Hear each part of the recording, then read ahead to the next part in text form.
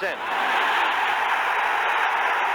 Oh, a fumble into the end zone and covered by McNeil. Well, hello! Thank you so much for taking time out of your day to check out this video, and welcome to the Gridiron. And before I get started, I just want to say thank you so much to everyone out there who's been watching my videos. Thank you. If you can maybe give this video a thumbs up, or possibly leave a comment below, or maybe even share this video, it would mean so much to me. But anyway, just thank you so much for just taking time out of your day to check out this video. Thank you. Well, New York Giants, huh? Oh. Kayvon Thibodeaux at number 5, Evan Neal at number 7. Absolutely fantastic. I got the Giants hit this one out of the park. I mean, I couldn't possibly be happier, honestly. You know, there was they didn't get a trade back. They didn't get any extra picks in the first round, or maybe didn't get an extra first rounder for next year because they didn't pick up Daniel Jones' fifth-year option.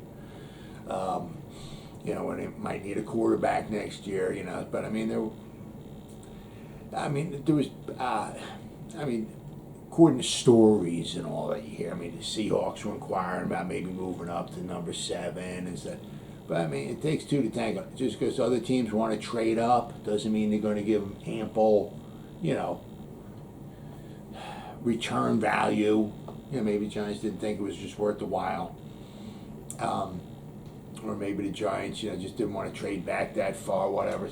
It takes two to tango. So, I mean, they stayed where they were at.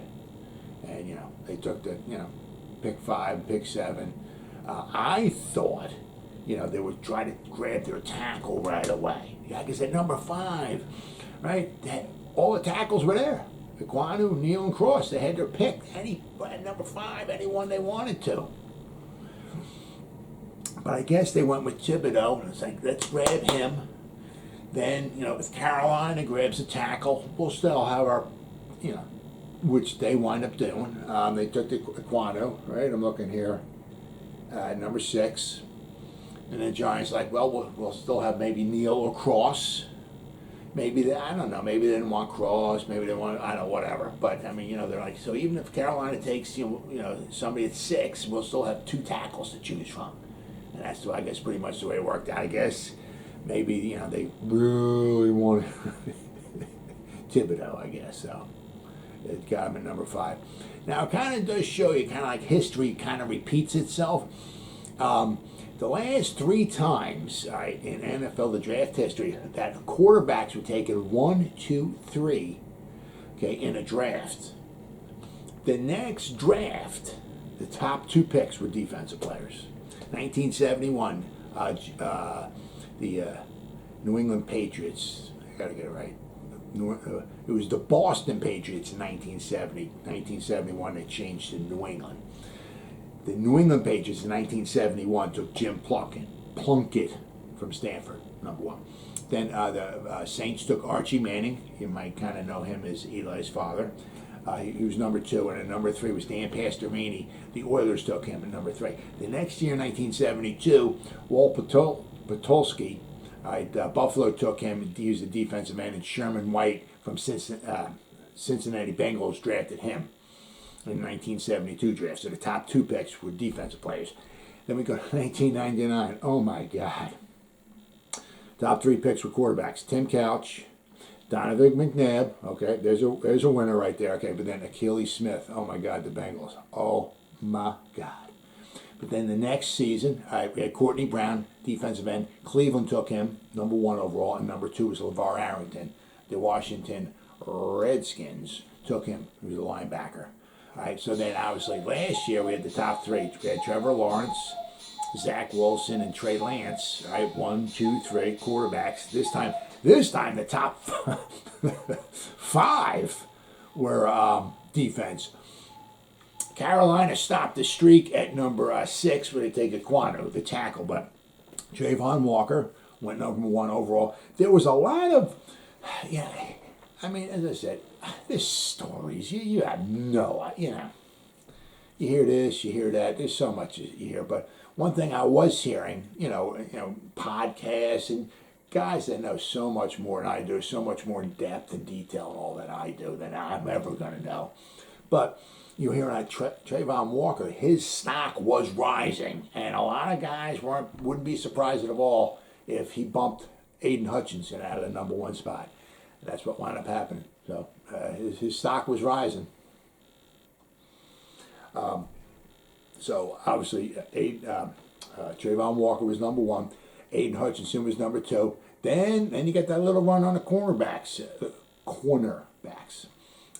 Stingley went number 3 overall, the first cornerback to go off the board, number 3. All right, and then the Jets took a little sauce on the side. So that one because I was kind of like up in the air. It's like, do I want maybe a real good corner? Because if we get rid of Bradbury, unless we pick somebody up, I'm going to go over that in a couple minutes here, who might be there for the Giants possibly in the second round, because we got the 4th pick overall in the second round. But I'm like, do we want, it goes both ways. I mean, do we want the cornerback, right? Or do we want an edge rusher, right? So I'm like, but then when Sauce Gardner went and Stingley went, it's like there's nobody. I mean, who was it, McDuffie? Where did he wind up going?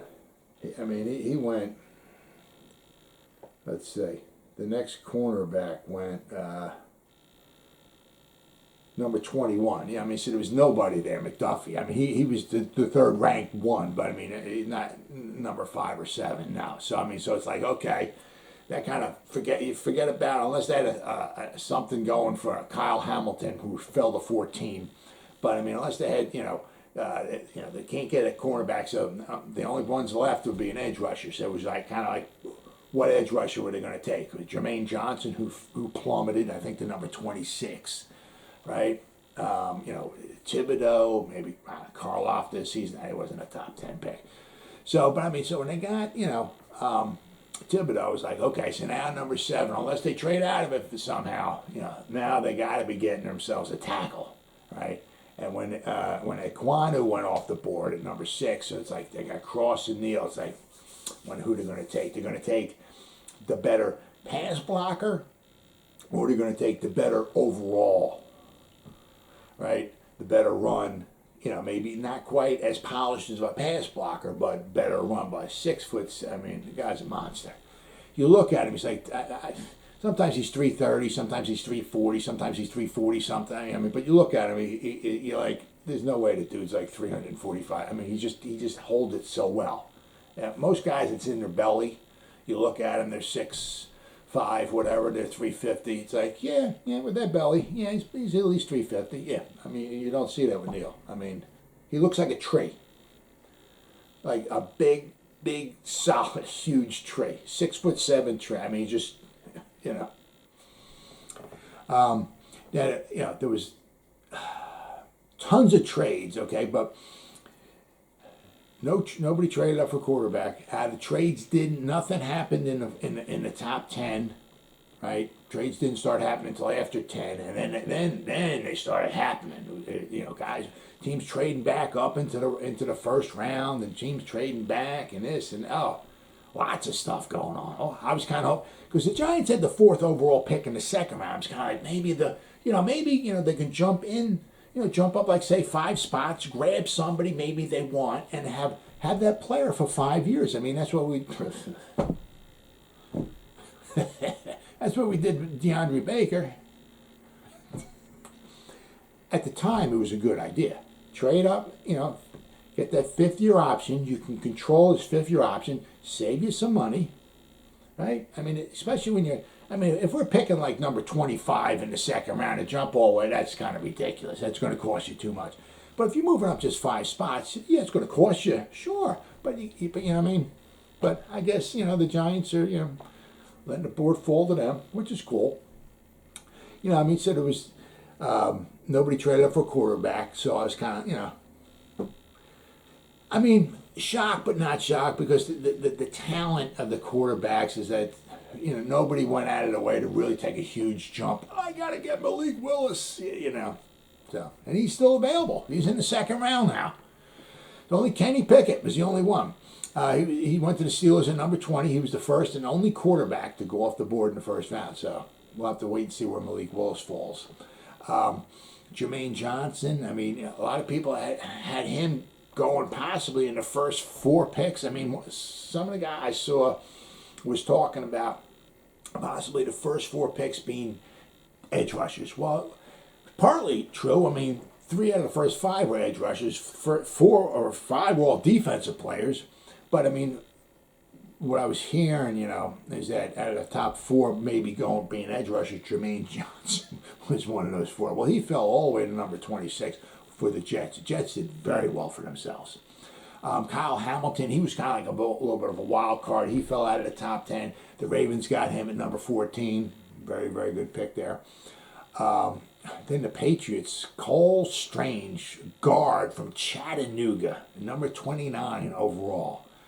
That would be the oddest one that I had. I mean, I'm looking at all kinds of mock drafts and this and that, and I mean, even I was watching the NFL Network. Somebody had him, had him ranked going in the 3rd round. So I mean, I don't know what the hell they're looking. I mean, Cole Strange, maybe he turns out to be an All-Pro. Who knows? But nobody, absolutely. I mean, I would look at all kinds of mock drafts and PFF and all that stuff.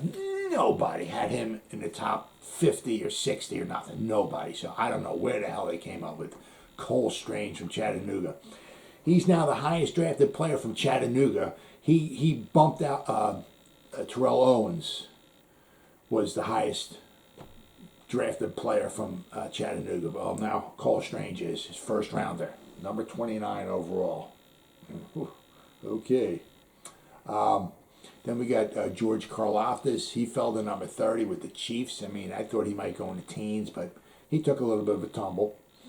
But now the Giants with Thibodeaux at number 5, okay? Right. So now you can't believe all the noise. A lot of the noise you had. I even read some stories like Giants News and stuff like that. One of the stories said it was, that the Giants were kind of turned off by some of Thibodeaux's attitude and maybe he's on the field, they're taking plays off and stuff like, the Giants are, not interested in Thibodeaux. I read this. I'm like, okay. I mean, you can't believe this a lot of the stuff. Because a lot of the Giants might be putting stuff out. Of course, whoever hears the story or something, they're going to put it out. The Giants ain't taking Thibodeaux. Just heard something. So you read it, wow, this guy says here, the Giants ain't taking Thibodeaux. The Giants are turned off by him. Wow. Well, I guess not, huh? I also read how the Giants were in love with Charles Cross, who went number 9. Yeah, that was another story. Giants are in love with Cross, number 9. Well, when number 7 came around, they had their picks of Charles Cross or Evan Neal, and they took Evan Neal. Right? They got themselves the best all-around tackle in the draft. I know Kwity might, some people were saying he might have to turn into a guard. I mean, he's an awesome, good run blocker. He'll knock guys to the ground, this, that, and the other thing. But he's maybe better, a very good run blocker. Charles Cross was probably the best pass blocker in this. But I think Neal all around, if you want the run and you want the pass, I think you got the best. I think the Giants got the best of both. Now, I'm saying, so if we can wind up, Andrew at one side, Evan Neal at the other, I think you got yourself some tackles for the next 10 years. Now, Neal, 6'7", 330 to 340 pounds. I think he's the all-around best. Yes, absolutely. I'm thrilled to death that we got him. Now, Kayvon, I think, can be the best pass rusher in this draft as well. Now, Aiden Hutchinson, like right now, might be more polished, or I might have the better stats and this stuff and everything. But I think it's up to Kayvon. It's not going to be easy being in New York, but I think if he wants to, if it's in his heart, if he wants to, I think his ceiling is higher, especially than Aiden Hutchinson's. I mean, between Trayvon Walker, Jermaine Johnson, and Kayvon. But I mean, if you told us, Jeff, you're going to walk out of this draft with Thibodeaux and Neal, I'd be like, oh, baby, yeah. Sign me up for that. So, I mean, absolutely fantastic. Now, for me, I think the Giants, without question, graded out these two picks as at an A. Anybody who, because there's going to be all types of people grading the teams, their grades and stuff like that. Like the Bengals graded out of the B minus and this and that. Anybody who grades the Giants any lower than an A minus, tell them to go F himself. Because they don't know what the hell they're talking. I mean, Giants got barest minimum A minus. If anybody gives them a B or anything below, just tell them to go F themselves because they're wrong. All right. Now the Giants have the 4th pick in the 2nd round. Okay, which starts tonight at 7 o'clock. So look for the Giants. 4th pick. They go possibly linebacker. I was going to say safety. Okay, but then I was kind of hoping they maybe be able to take Scene. Daxton Hill. I mean, he's a safety or cornerback. So I've seen where he was. They projected him as a safety on TV, but also I sometimes see he's a cornerback, so I'm not exactly sure. But he got taken, and Scene got taken too from Georgia. Scene was very good too. So I was going to say possibly linebacker or maybe because they need a safety. We only got 2 of them. We need a safety. So, but if you're looking at linebackers, all right, I got 2 of them for you. I got Kobe Dean still out there, a little small, but flies. He's like the wind, guys. Sideline to sideline. Put Blake here and Scene there. I'm not seeing Kobe Dean, Blake, and Dean, right? You have yourself 2 very, very, very good linebackers. Also, Cleo Chanel from Wisconsin. He's not flying all over the board or not like that. I mean, he's not going. He's not like a Kobe Dean, but he's a tackler. All right, he'll clog up the middle. He'll make tackles. So I mean, if you got Blake and him, Leo Chanel, good tacklers right there. So I mean, those are the 2 possible linebackers. And then you got possibly still might be able to trade Bradbury, maybe, possibly. You don't know. We might need a cornerback because somewhere along the line we're going to need a cornerback if we're going to get rid of Bradbury, right? We got Andrew Booth Jr. from Clemson, highly rated. All right, and you got Jalen Petrie from the cornerback from Baylor. All right, but Booth Jr. highly rated from Clemson. So you got Dean, right? You got Booth Jr. a cornerback. All right. Then I said possibly if you want to go safety. All right, Jalen Brisker from Penn State. For me he's the next highest ranked or graded safety. All right, I was kind of hoping maybe they can get Scene, but as I said, he got taken with the last pick, number 32 overall. But I mean, so the Giants needs. Well, they got a bunch of needs. All right. There's also Travis Jones, who's a nose tackle. He's not going to get a lot out of the pass rush out of him, but he clog up the middle. If we pick up the 5th-year option on Dexter Lawrence, if you take Travis Jones, right, as a nose tackle, you might have, Trevor and then, Travis Jones. I mean, that's quite a possibility there. So I'm saying, so you got, on the defensive side, you got Nakobe Dean, Leo Chanel, Jaquan Brisker, I'm sorry, Travis Jones, Andrew Booth Jr., or Jalen Petrie, the cornerback. All right, so those are the guys on defense at the number 4 pick. I mean, in the 2nd round, the 4th pick in the 2nd round for the Giants. And I don't see. They're not taking a quarterback. They could take Malik Willis, but I'm kind of doubting it. They're not taking a running back.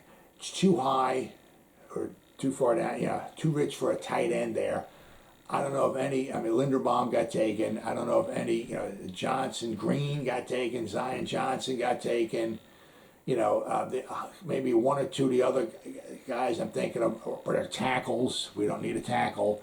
So I don't think there's anybody in the offensive line worth taking at the fourth pick of the second round. Can't take a tight end. That's way too rich. We're not taking a running back there, I don't think. We're not going to take a quarterback, I don't think, which the only thing that would leave you with would be possibly a wide receiver, okay? Now, you got George Pickens from Georgia, all right? You got two guys. George Pickens from Georgia, and you got Sky Moore from Western Michigan.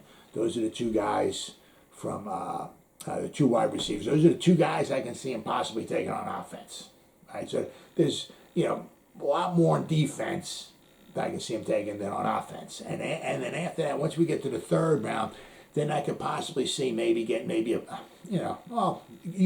going either way.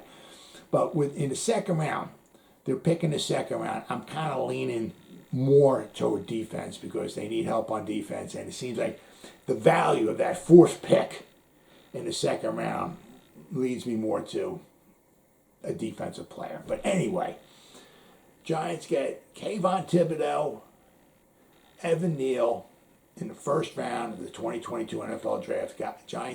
New York Giants hit it out of the park. And for the first time in God knows how long, we got two edge rushers on our team with Azeez Ojulari and Kayvon Thibodeaux. And we got two offensive tackles, Andrew Thomas, right, and Evan Neal. Things are starting to look up, guys. Well, as always, guys, thank you so much for taking time any day to check out this video.